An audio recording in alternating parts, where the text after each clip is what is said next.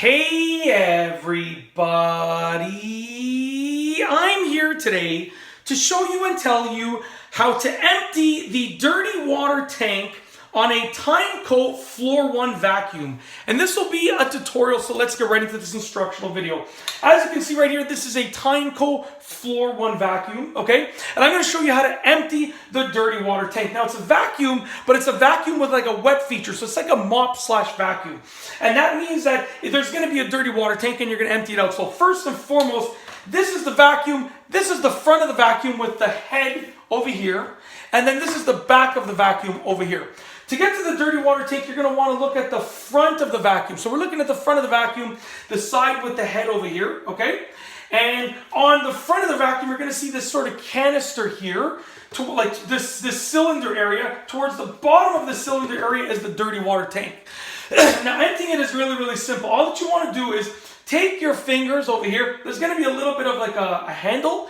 Put your fingers under the handle and use your thumb to press on a little a button over here. So you're going to press on the button like this, and then you're going to slide it out.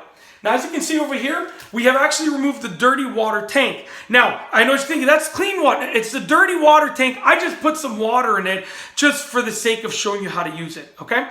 Usually, it's filthy, and you can see there's all marks in there and stuff. Like, usually it's full of dirty water because my wife and I clean the floors with this. But I just put some water in there just for the sake of showing you how it works. So once you have your dirty water tank out, to empty it is really, really easy. You're going to take off the top, okay? So you're going to take off the top. You just literally pull it off like that. You now have access to the dirty water in there. And you're going to empty it into, a sink or wherever you want to empty it. So I'm going to go and I'm just going to take this dirty water and I'm going to empty it into the sink. Just over here in my laundry room. So there we go. I've emptied it out.